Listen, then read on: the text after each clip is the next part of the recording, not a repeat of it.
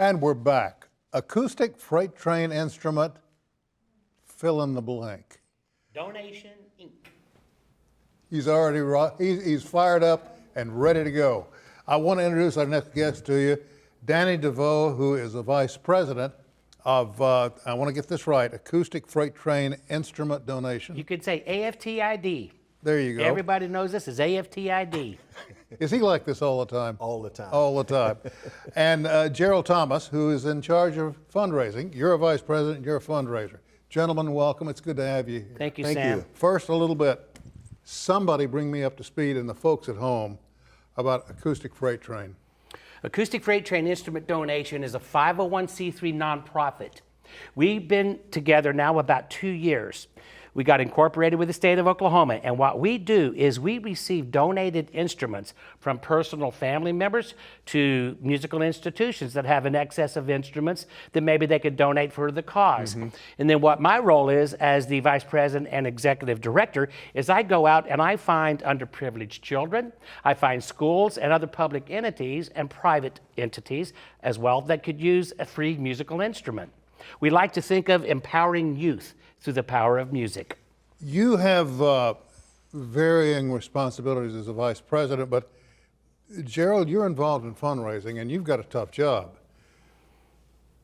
How do you go about saying, we need cash, we need an infusion for this? Because this is a different type of 501c. Well, I mean, on paper it's the same as any other 501 nonprofit, but you're talking about donating musical instruments and money to repair them if necessary. Do people respond to that positively? Absolutely. I've seen it. In fact, the reason why I am part of this organization was because I responded. Number one, it's very difficult not to be brought in from Danny's energy, but Danny and I worked together for a number of years prior to him retiring and doing this full time. But yes, I've had friends, I've known people to really take to our cause and want to donate instruments and actually donate money to the cause as well. And probably people are willing to donate time to give lessons. That is correct. So we look out for treasure, and then we look out for people that are talented that have that time that they can volunteer to help maybe a beginning student all the way up to advanced. You know, people sometimes, and I have seen this in all of my years on walking this planet, misjudge or fail to recognize or fail to embrace the power of music. I'm telling you, it can heal if it's done right. And when you see a child out there that you know would like to try a guitar or try a violin or try a trumpet, you can tell. You can tell by looking that child deserves a chance. And you guys probably encounter that. You're both veterans too, aren't you? Yes, we are. Both of us are Army veterans. Yeah. I served as a musician, and Gerald was an officer in the military. So as I go to these schools, it's a proven fact that being a musician, it helps improve math scores. It helps work with team members. It helps, be able to communicate and express your emotions openly. A lot of benefits to that. It's been proven over and over and over. And you're primarily, on the music side of it, a percussionist. Yes, I am a percussionist. And did you play? I played in high school. I played trombone. See, us brass boys, we got to stick together. Yeah. But a percussionist, what'd you do if you got pressed into service?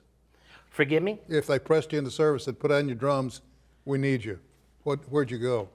Oh, well, I mean, we did everything from civilian gigs to big parades to the private I'm sorry. functions. Let me clarify that. When they said it's time to put the percussion aside, we need you now in soldier's uniform, what did you do?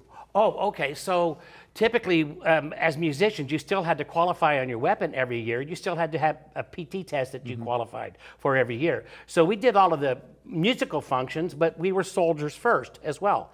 So in cases of being on full alert or in a wartime situation, I mean, you're on the front lines like everyone else. And what weapon?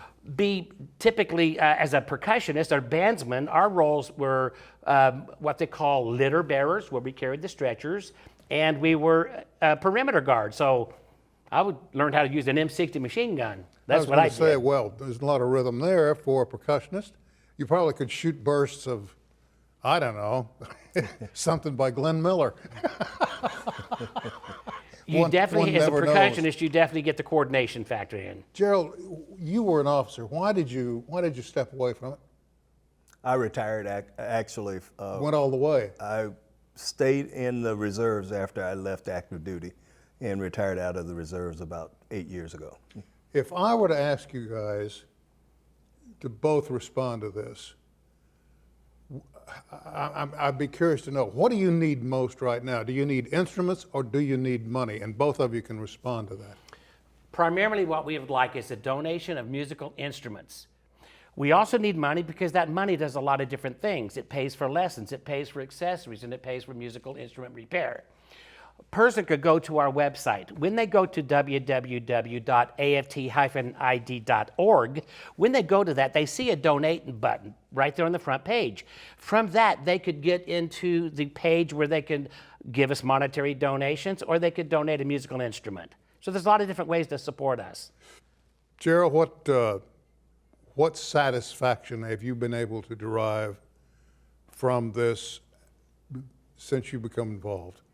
So the first instrument that I donated came from a neighbor. I sent out word to my neighborhood on our neighborhood Facebook page, and one of my neighbors donated a flute.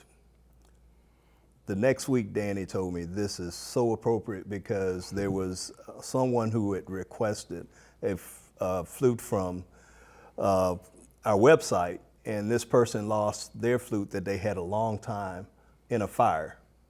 And so when I brought that flute to Danny, it was pretty rewarding to find out we were going to replace an instrument for someone who had one who obviously played a lot and would miss it. So that was a pretty rewarding experience, and that was before I actually joined the organization, and that led to me wanting to be a more part of the organization. And you got sucked right in. Yes. And you've been there ever since. Well, we've got about 40 seconds. If you had the opportunity, and I want you to use our cameras to do it, give me 30 seconds worth of, here's what we need from you, and here's your chance to help a child. We need for you to look at your friends and your family and your closets and your back rooms of your facilities. We need musical instruments.